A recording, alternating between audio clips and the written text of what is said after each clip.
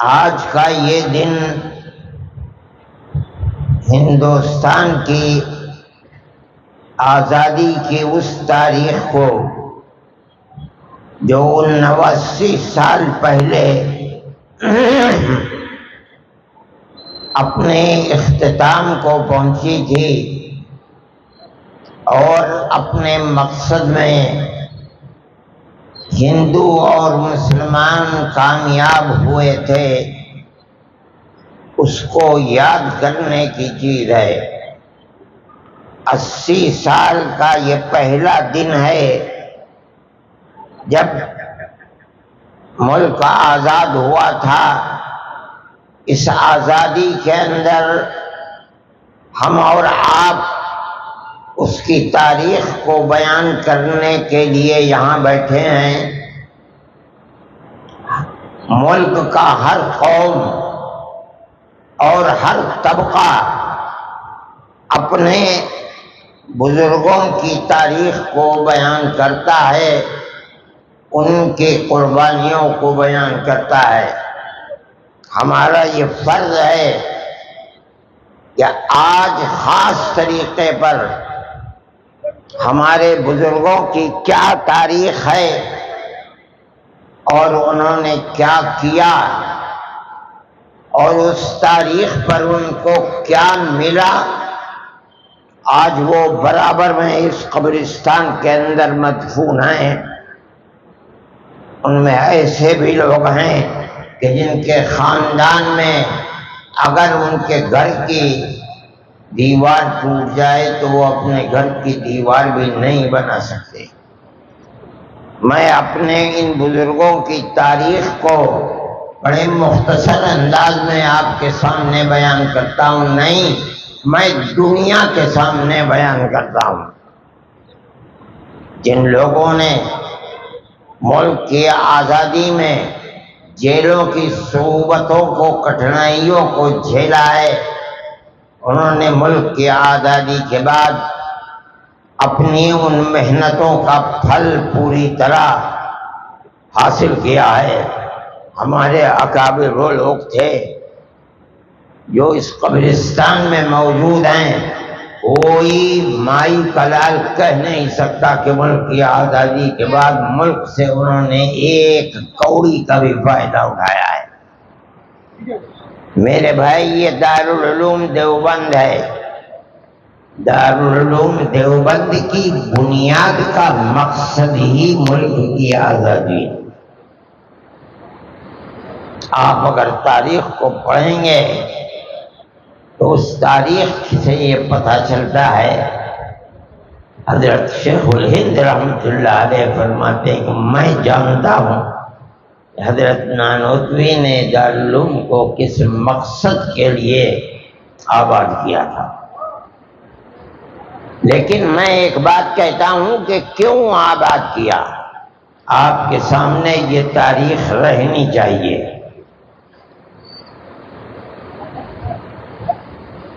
شاملی کے میدان کے اندر جو کچھ ہوا تھا، ابتدا میں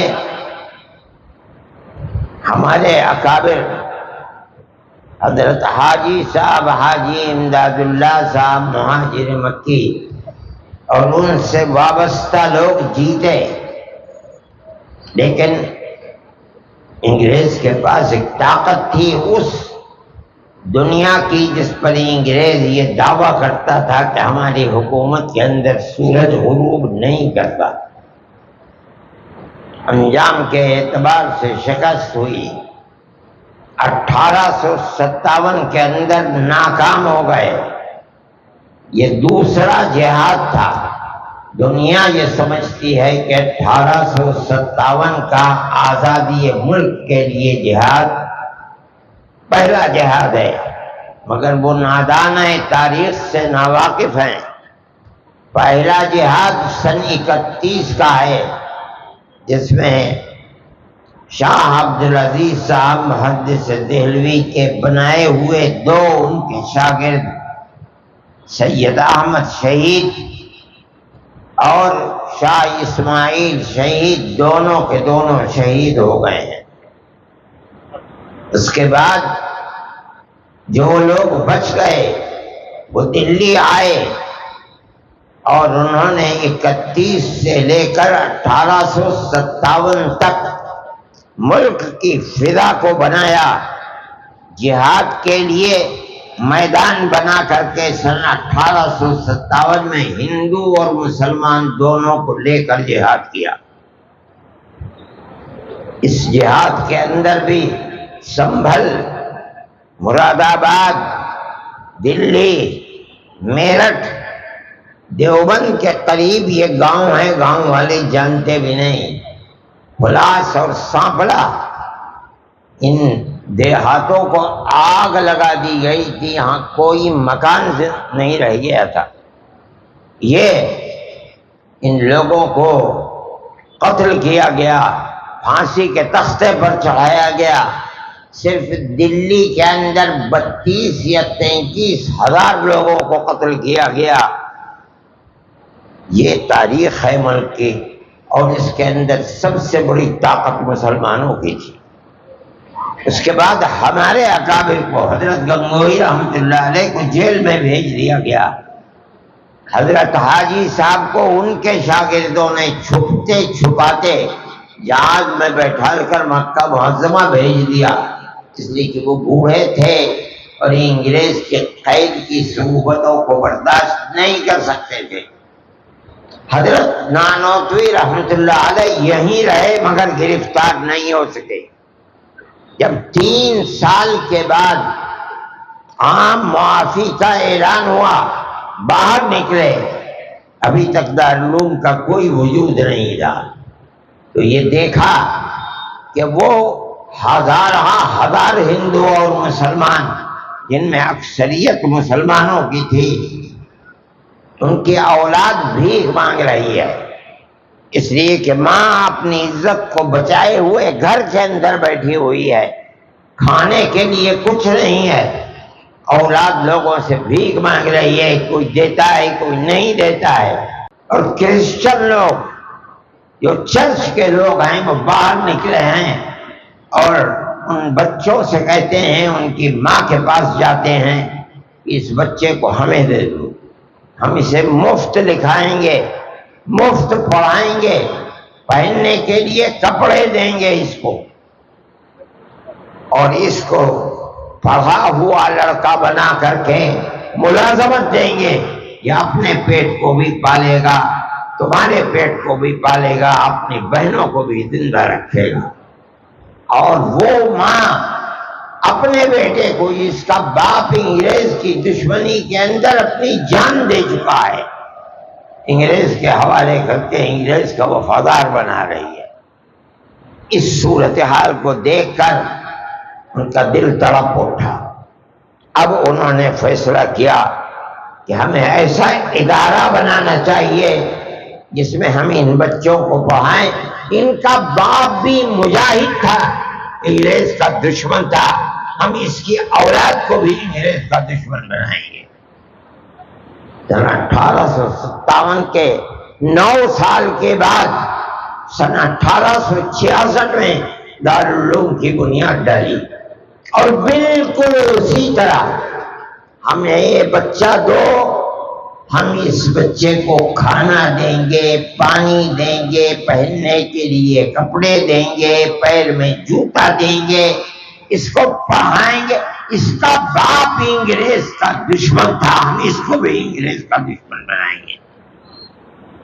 یہ دراصل دارالعلوم کی تاریخ ہے۔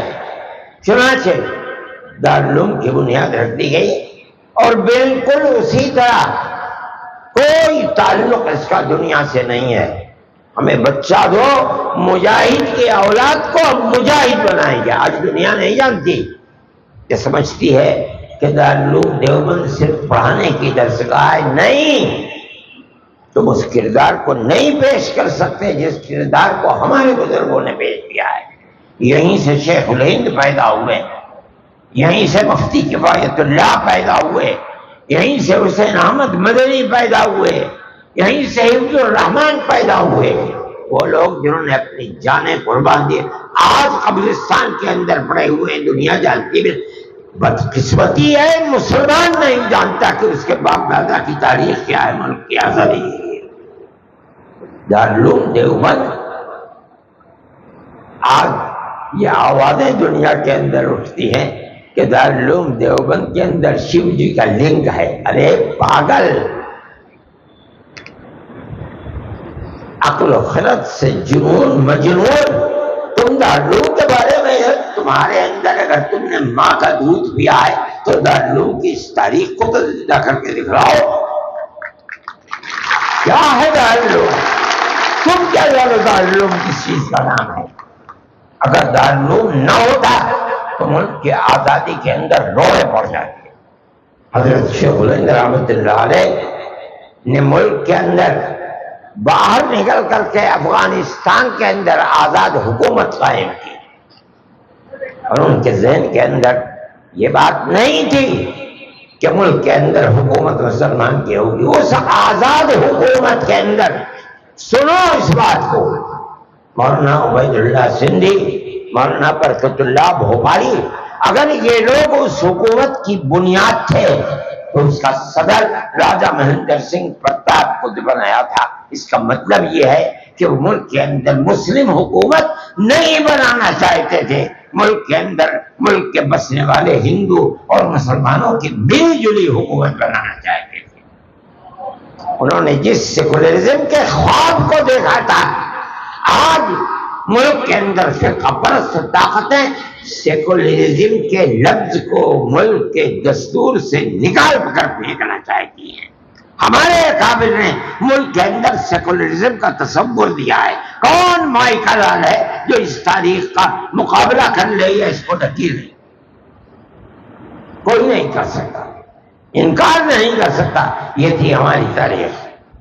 حضرت شیخ الہند رحمۃ اللہ علیہ جب سعودی عرب سے طائف سے گرفتار کر کے اپنے ساتھیوں کے ساتھ مصر بھیجے گئے اور مصر سے اٹھا کر کے ان کو مالٹا کی جیل کے اندر بھیج دیا گیا، کانگریس کے لوگ جانتے تھے ان کی اس تاریخ کو۔ کوئی اور مائی کا لال ہندوؤں کے اندر نہیں ہے جس نے ملک کی آزادی کے لیے یہ قربانی دی ہو کہ 7 سمندر 4 سال اس نے انگریز کی قید با مشقت کو کاٹا ہے۔ اگر کاٹا ہے تو دارالعلوم کے طالب علم نے کاٹا ہے۔ 5 طالب علم ہیں، شیخ الہند رحمۃ اللہ علیہ دیوبند کے طالب علم ہیں، ان کے شاگرد ہیں، مدنی ہیں، مولانا عزیر گل ہیں، میرے تائزاد بھائی مولانا وحید احمد ہیں، اور اس کے ساتھ ایک غازی پور کہتے حکیم نصرت حسین، وہ بھی دارالعلوم کے طالب علم تھے۔ اور حکیم نصرت حسین غازی پوری وہیں انتقال ہو گیا۔ جب بیمار ہوئے اور یہ بات طے ہو گئی کہ اب یہ نہیں بچ سکتے تو سنو، انگریز نے کہا کہ ہم آپ کو اجازت دیتے ہیں، آپ چاہیں تو ہندوستان چلے جائیں۔ کہا نہیں، میں مالٹا میں آیا ہوں، مرنے کے لیے آیا ہوں، میں یہاں مر جاؤں گا، ہندوستان نہیں۔ ملک کی تاریخ ہے، ان کے قبر ہے مالٹا کے اندر۔ کوئی مائی کا لال ہے جو یہ بتائے کہ اس کی تاریخ کیا ہے؟ جو دارالعلوم دیوبند کی تاریخ ہے، یہ ہے وہ دارالعلوم دیوبند۔ حضرت شیخ الہند رحمۃ اللہ علیہ فرماتے ہیں کہ حضرت نانوتوی اور بزرگوں نے دارالعلوم دیوبند کو مجاہدین آزادی ہند پیدا کرنے کے لیے بنایا تھا۔ حضرت شیخ الہند رحمۃ اللہ علیہ نے اسی کی بنیاد رکھی۔ اپنے استاد سے جس طرح حدیث اور علوم و فنون کو لیا ہے، اسی طرح آزادی ملک کا سور جو انہوں نے بھونکا تھا اس کو بھی اٹھا کر کے چلے ہیں، اور کبھی چین و سکون کے ساتھ نہیں بیٹھے ہیں۔ ان کے دل کے اندر جس طرح کی انگریز دشمنی تھی، کسی دوسرے کے دل کے اندر یہ انگریز دشمنی نہیں تھی۔ مسٹر مسٹن جو صوبہ جات متحدہ کا انگریز گورنر تھا، وہ کہا کرتا تھا کہ شیخ الہند کو اگر جلا کر راکھ کر دیا جائے گا تو اس کی راکھ سے بھی انگریز کی دشمنی کی بو آئے گی۔ دارالعلوم کا کردار ہے، کون مائی کا لال ہے جو اس تاریخ کو نہیں، اس کے عشر حشیر کو بھی پیش کر دے، یہ ہے دارالعلوم۔ جب حضرت شیخ الہند رحمۃ اللہ علیہ مالٹا کیا کر رہے ہو تم، چلو یہاں سے۔ جب حضرت شیخ الہند رحمۃ اللہ علیہ مالٹا کی جیل سے واپس آئے اور جہاز بمبئی کی گودی کے قریب پہنچا، قبل اس کے کہ کوئی جہاز پر جائے، انگریز نے بہاولپور ریاست تھی جو وہاں کے نواب تھے، آج وہ پاکستان کے اندر ہے، اس وقت ہندوستان ایک تھا، سر رحیم بخش مرحوم ریاست بہاولپور کے جو نواب تھے ان کے کرتے دھرتے تھے، اور انگریز نے ان کو خطاب دیا تھا سر کا، انگریز نے ان کو بھیجا، کوئی نہیں، سب سے پہلے وہ گئے اور انہوں نے جا کر کے حضرت شیخ الہند رحمۃ اللہ علیہ سے یہ فرمایا کہ حضرت آپ چلے گئے اور آپ دارالعلوم کی درس حدیث کی بنیاد دھیمی پڑ گئی، آپ لوگوں کو ذکر و اذکار کی تلقین کرتے تھے، لوگوں کو بیعت و ارشاد سے منسلک کرتے تھے، وہ جگہ خالی ہو گئی، آپ نے سب کچھ کیا لیکن انگریز تو اب بھی بیٹھا ہوا ہے، اب آپ آئے ہیں، آپ تشریف لائے ہیں تو آپ اب بیٹھ جائیے، دارالعلوم کی اس مسند کو زندہ کیجیے، آباد کیجیے، اور جو بیعت و ارشاد کا گھر خالی ہو گیا ہے، بزرگ رہے نہیں ہیں، اب اس بیعت و ارشاد کے سلسلے کو جاری فرما دیں تو یہ مسلمانوں کے لیے بہت بڑی ایک بڑا سہارا بن جائے گا۔ حضرت شیخ الہند رحمۃ اللہ علیہ خاموشی کے ساتھ سنتے رہے، کہا اپنی بات کہہ چکا ہے آپ؟ کہ میں نے کہہ لیا، فرمایا کہ میں بوڑھا ہو گیا ہوں، لیکن میں آپ سے کہتا ہوں کہ جس ہندوستان کے اندر انگریز کی حکومت ہے، میں اس ہندوستان میں مالٹا سے آیا ہوں، اس سرزمین کے اندر جینا تو جینا، مجھے انگریز کی حکومت میں مرنا بھی گوارا نہیں ہے، میں تو صرف اس لیے آیا ہوں کہ میں دنیا کو یہ پیغام دوں کہ انگریز کی غلامی حرام ہے۔ میں بوڑھا ہو گیا، اگر میرے اندر چلنے پھرنے کی طاقت نہیں رہی تو میں اپنے شاگردوں سے کہوں گا کہ میں ایک پلنگ کے اوپر لیٹ جاؤں، وہ اپنے کاندھوں پر میرا پلنگ اٹھا کر کے گاؤں در گاؤں جائیں اور میں ہر گاؤں میں جا کر یہ اعلان کروں کہ انگریز کی غلامی حرام ہے۔ میں ہندوستان اسی لیے آیا ہوں۔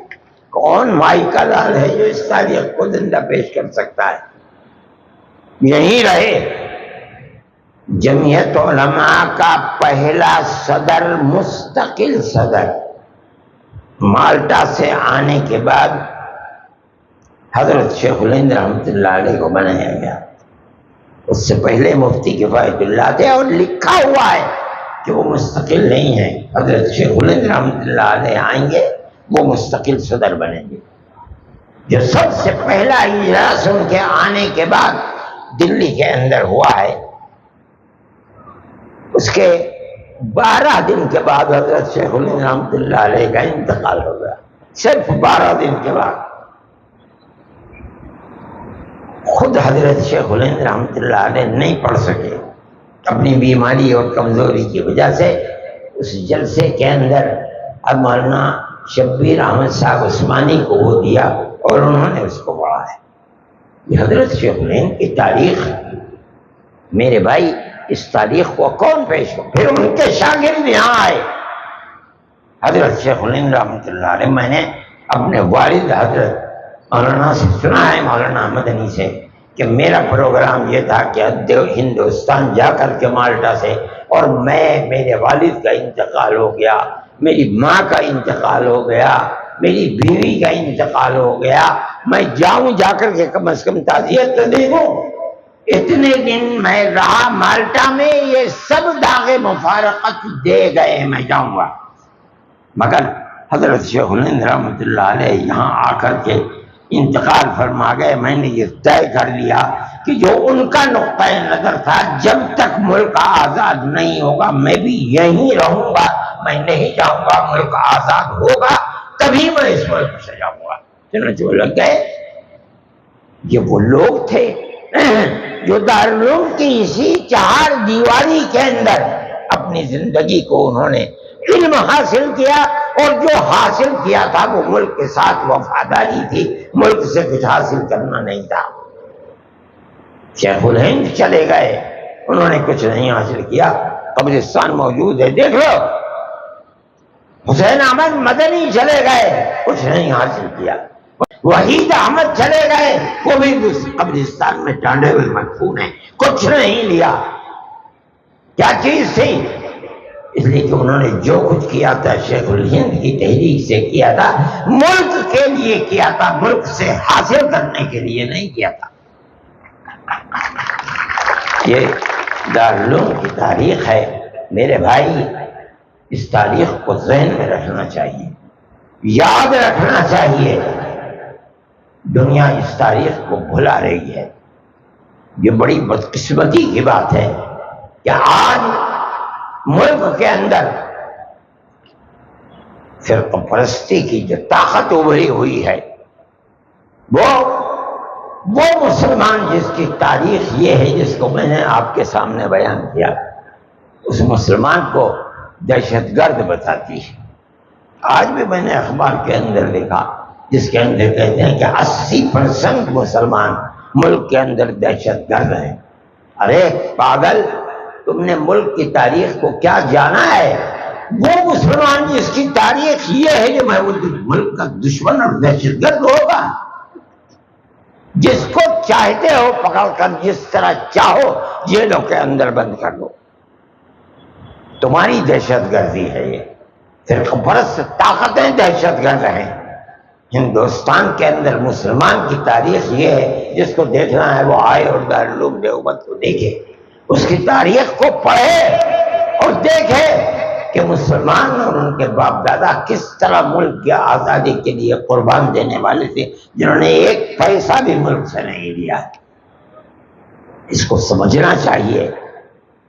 آج کی جو صورتحال ہے، جب ملک آزاد ہوا تو ملک کی دستور سازی کی جو کمیٹی تھی، مولانا حفظ الرحمان صاحب جو جنرل سیکریٹری جمعیت علماء کے تھے اور دارالعلوم کے فارغ تھے، مولانا ابوالکلام آزاد تھے۔ مولانا اگرچہ دارالعلوم کے پڑھے ہوئے نہیں تھے، مگر جمعیت علماء ہند کے ورکنگ کمیٹی کے ممبر تھے، ملک کی دستور ساز کمیٹی کے یہ دونوں ممبر تھے۔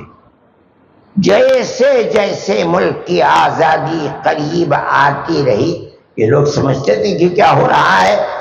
جمعیت علماء برابر موتی لال نہرو سے، گاندھی جی سے برابر یہ عہد لیتی چلتی تھی کہ ہم سے ہمیں بتاؤ اور عہد کرو کہ ملک آزاد ہوگا تو ملک کا دستور سیکولر دستور بنے گا، جس کے اندر مسلمان کو اپنے مذہب کے ساتھ زندہ رہنے کا حق ہوگا۔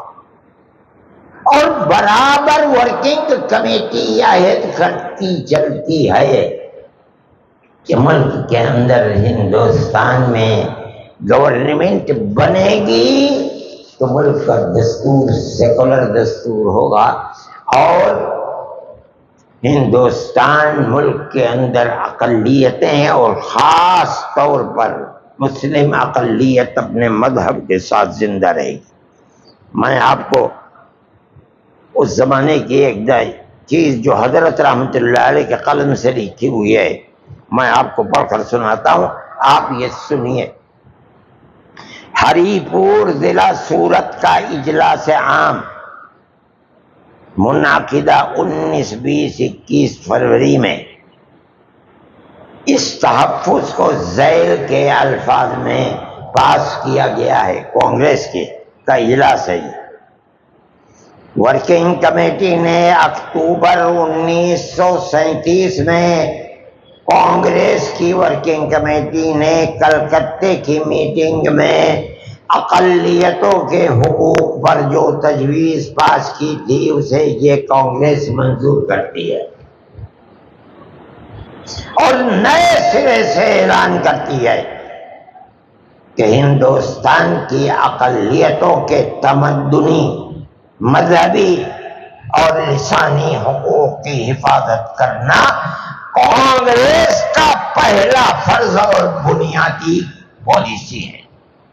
پھر پڑھیے اس لفظ کو، کانگریس اعلان کرتی ہے کہ ہندوستان کی اقلیتوں کے تمدنی، مذہبی اور لسانی حقوق کی حفاظت کرنا کانگریس کا پہلا فرض اور بنیادی پالیسی ہے، تاکہ حکومت کی کسی بھی ایسی اسکیم میں جس میں کانگریس شریک ہو اقلیتوں کو ترقی اور نشو و نما کا زیادہ سے زیادہ موقع مل سکے اور وہ قوم کی سیاسی، اقتصادی اور کلچرل زندگی میں پورا حصہ لے سکے۔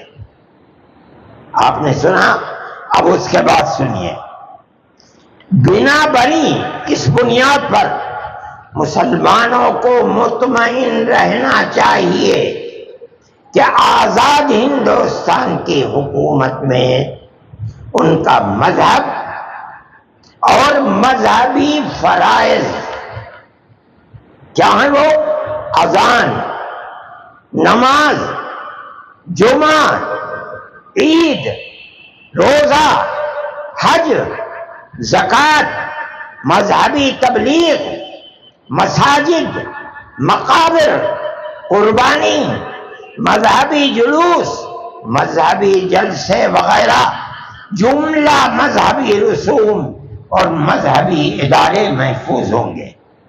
اور اسی طرح ابھی اور سنیے، اور اسی طرح ان کی تہذیب، ان کا تمدن، ان کے تعلیمی ادارے، خانقاہیں، امام باڑے، عیدگاہیں، تکیے، کربلائیں، آثار قدیمہ، اوقاف وغیرہ سب محفوظ ہوں گے۔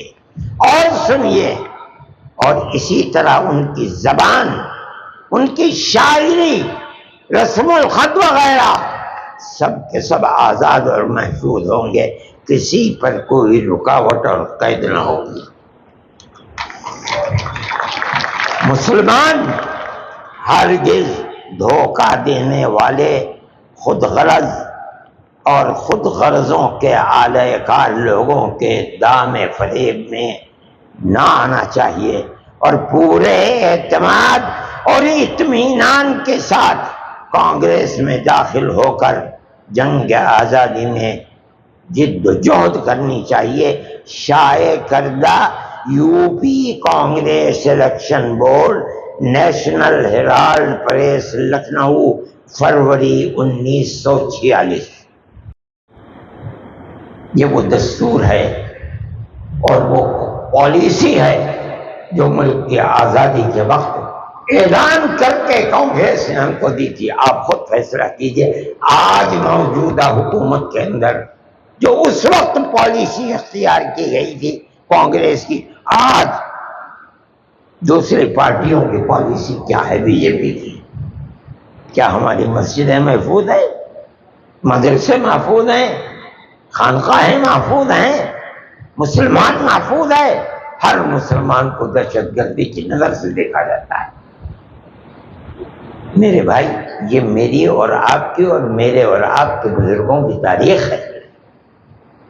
آپ اس تاریخ کو پڑھیے، دنیا اس تاریخ سے ناواقف ہے۔ میں یہ کہتا ہوں کہ ملک آزاد ہو گیا، ملک کے اندر فسادات کے سلسلے شروع ہوئے، مسلمانوں کے خلاف، ہندوؤں کے خلاف فسادات نہیں ہوئے، بدھوں کے خلاف فسادات نہیں ہوئے، کچھ اکا دکا فسادات کرسچنوں کے خلاف ہو گئے، لیکن فسادات کے اندر 95 نہیں 98% فسادات اسی قوم کے لیے جس نے ملک کی آزادی کے لیے اس قلعے کو کھڑا کیا تھا۔ میں آپ سے نہیں کہہ رہا ہوں، میں ساری دنیا سے کہہ رہا ہوں جو مسلمان کی اس تاریخ کے مقابلے میں اگر مائی کا ڈال ہے تو اپنی تاریخ کو پیش کریں۔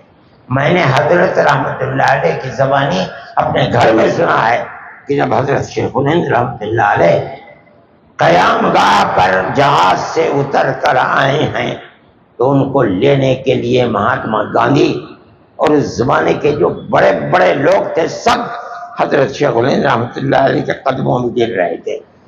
جب آئے ہیں اور فرمایا کرتے تھے کہ دونوں طرف تمام گھروں کی چھتیں ہندو اور مسلم عورتوں سے اور بچوں سے بھری ہوئی تھی، مردوں سے۔ وہ دیکھتے تھے کہ یہ آدمی کون ہے جس نے ملک کی آزادی کے لیے مالٹا کے اندر اپنی تاریخ کو چھوڑا ہے۔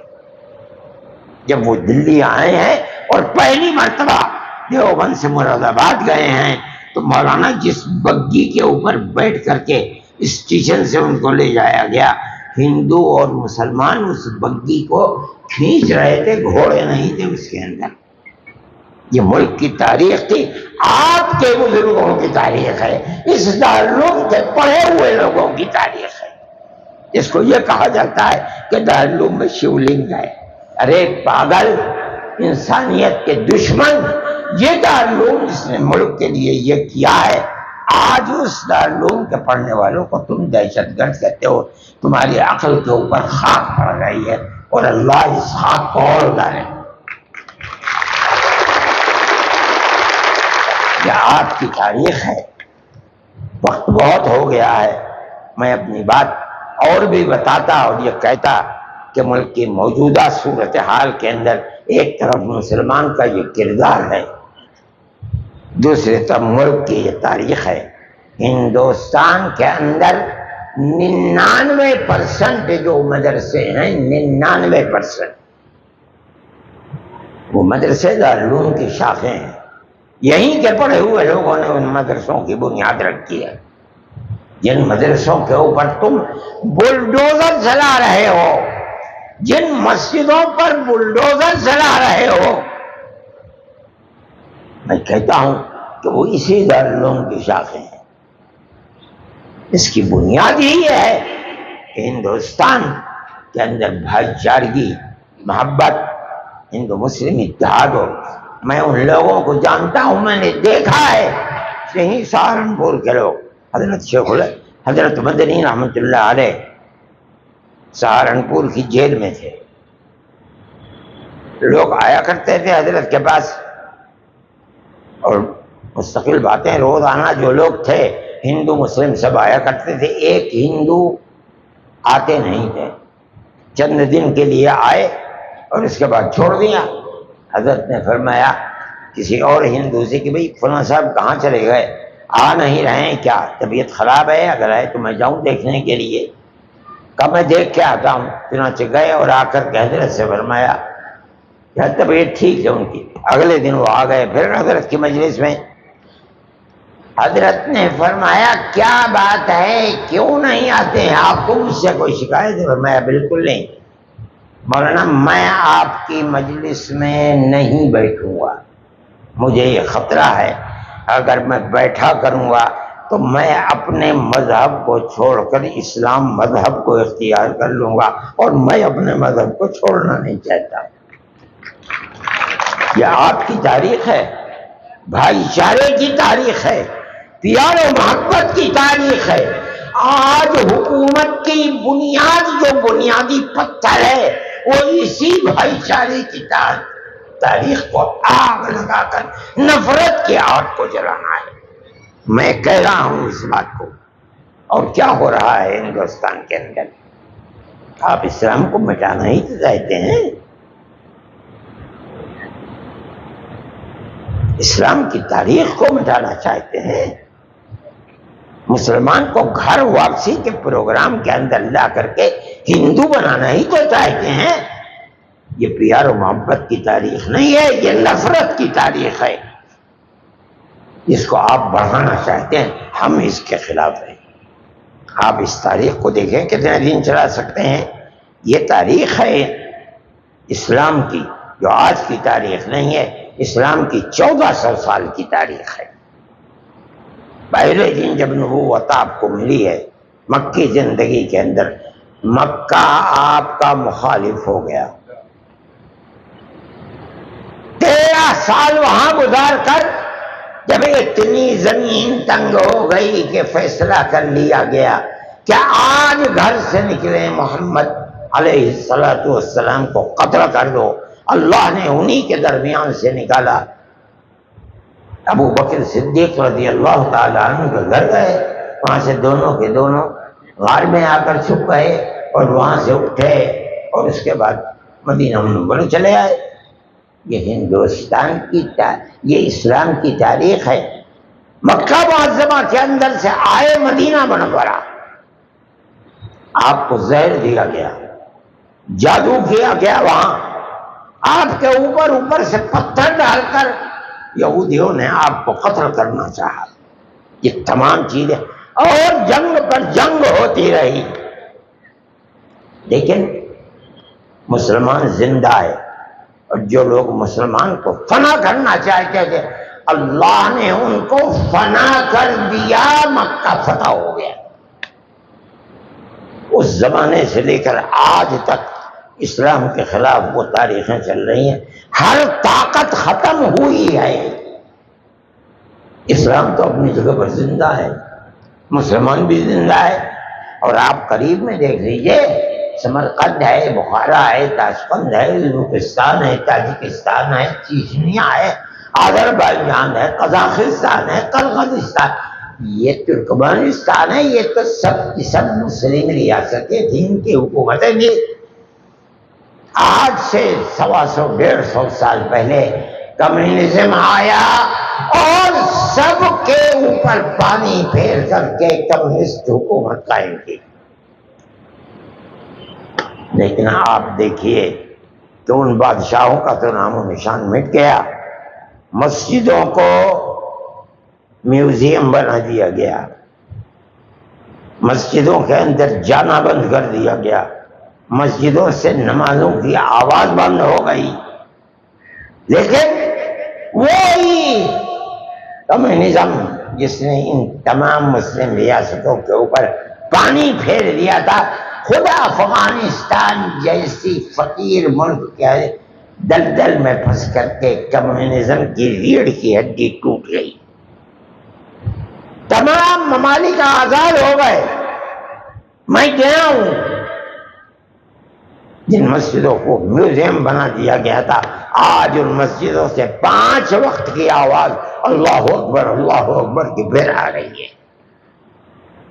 چیچنیا کی مسجد میں روس کا صدر جا کر کے قرآن کو اٹھا کر کے اپنے سینے سے لگاتا ہے اور دنیا اس کی تصویر کو دیکھتی ہے۔ میں کہتا ہوں کہ جن طاقتوں نے اسلام اور مسلمانوں کو مٹانا چاہتا تھا، اللہ کا وعدہ ہے یریدون ان یطفئوا نور اللہ بافواہہم ویابی اللہ الا ان یتم نورہ ولو کرہ الکافرون۔ سب طاقتیں مٹ گئیں، اسلام تو اپنی جگہ پر زندہ ہے، اور میرا ایمان ہے، میرا دعویٰ ہے کہ قیامت کے قریب تک اسلام اسی طرح زندہ رہے گا انشاءاللہ۔ جو طاقتیں آج ابھر رہی ہیں اور اسلام کو مٹانا چاہتی ہیں، انشاءاللہ وہ طاقتیں مٹ جائیں گی، اسلام زندہ رہے گا۔ میرے بھائی، میں پھر کہتا ہوں کہ گھر واپسی کے پروگرام کو ختم کرو، پیار و محبت کی زندگی کو پھر اٹھاؤ، بھی زندہ رہے گا، ملک میں بسنے والے بھی زندہ رہیں گے۔ اور اگر تم اس کے خلاف چلو گے تو اللہ کا فیصلہ، میرا ایمان ہے، میرا عقیدہ ہے کہ اللہ کا یہ فیصلہ ہے کہ اسلام کو زندہ رکھنا ہے۔ اسلام زندہ رہا ہے، اسلام زندہ ہے، اسلام انشاءاللہ زندہ رہے گا۔ میرے بھائی، یہ تاریخ ہے ہماری اور آپ کی، ہم اس تاریخ کو زندہ رکھنا چاہتے ہیں، اور ہم یہ سمجھتے ہیں کہ ہماری یہ تاریخ انشاءاللہ اللہ چاہے گا تو زندہ رہے گی۔ اقبال کے جو شعر کو پڑھا تھا میں، اس شعر کو کچھ بات ہے کہ ہستی مٹتی نہیں ہماری، کچھ بات ہے کہ ہستی مٹتی نہیں ہماری، صدیوں رہا ہے دشمن دور زماں ہمارا، اس وقت سے لے کر آج تک دشمن رہا ہے۔ اقبال صحیح کہتے ہیں، کچھ بات ہے کہ ہستی، بات کیا ہے؟ اللہ کا وہ وعدہ ہے جو قرآن کے اندر کیا ہے، یریدون ان یطفئوا نور اللہ واللہ متم نورہ، اللہ اپنے اس نور کو یعنی اسلام کو پورا کرتے رہے گا۔ اور ہمارا عقیدہ ہے، حضرت محمد صلی اللہ علیہ وسلم نے فرمایا ہے کہ جب قرب قیامت ہوگا اور دنیا اللہ اللہ کہنے والا کوئی بھی زمین میں نہیں رہے گا، قرب قیامت میں ان لوگوں کے اوپر قیامت آئے گی۔ ہم پیار و محبت کی اس تاریخ کو ملک میں زندہ رکھنا چاہتے ہیں، یہ ہماری تمنا ہے۔ ہم ملک میں فساد نہیں کرتے۔ ٹھیک ہے، اسکول اور کالج اور یونیورسٹیوں کے طلبہ جمع ہوتے ہیں، حکومت کے پیر اکھڑنے لگتے ہیں۔ ہم یہ سب کچھ نہیں کرتے، ہم دنیا کو امن کا پیغام دیتے ہیں، طلبہ کو پیار و محبت کو سکھلاتے ہیں۔ ہمارے طلبہ کبھی اس طرح کی چیزوں کے اندر دخل نہیں دیتے ہیں، پھر بھی ہمیں دہشت گرد بتایا جاتا ہے۔ جھوٹ ہے، جھوٹ ہے، جھوٹ۔ مسلمان دہشت مسلمان کو وہ محبت ہے اپنے ملک سے جو میں نے آپ کے سامنے پیش کی ہے، دنیا کے لیے نہیں، حکومت کرنے کے لیے نہیں۔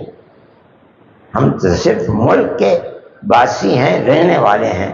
ہم اس ملک کو زندہ رکھنے کے لیے کرتے ہیں، جو بھی کرتے ہیں پیار و محبت کو زندہ رکھنے کے لیے کرتے ہیں، کرتے چلے آئے ہیں اور کرتے رہیں گے۔ ہم مر جائیں گے، ہماری اولاد انشاءاللہ کرتی رہے گی۔ ملک ہمارا ہے، ملک زندہ رہا ہے، زندہ ہے اور انشاءاللہ پیار و محبت کے ساتھ زندہ رہے گا۔ میں آج کے دن میں پھر آپ کو مبارکباد دیتا ہوں اور میں دعا کرتا ہوں کہ اللہ ہمارے اس ملک کی وہ پرانی پیار و محبت کی جو تاریخ رہی ہے، اللہ اس تاریخ کو زندہ رکھے اور ملک کے اندر پیار و محبت کی تاریخ کا نشو و نما ہو، آگے بڑھیں اور اسی تاریخ کی زندگی کے ساتھ آگے بڑھیں۔ اللہ تعالی خیرات و برکات سے نوازے، دارالعلوم کی بھی اللہ حفاظت فرمائے اور دارالعلوم مقصد کے اندر کامیابی اور کامرانی دارالعلوم کو، دارالعلوم سے وابستہ لوگوں کو، دارالعلوم کی خدمت کرنے والوں کو، دارالعلوم میں پڑھنے والوں کو، سب کو اسی نقطے کے اوپر پیار و محبت کے اللہ قائم و دائم رکھے اور پیار و محبت کے لیے کام کرنے کی توفیق عطا فرمائے۔ وآخر دعوانا ان الحمد للہ رب العالمین۔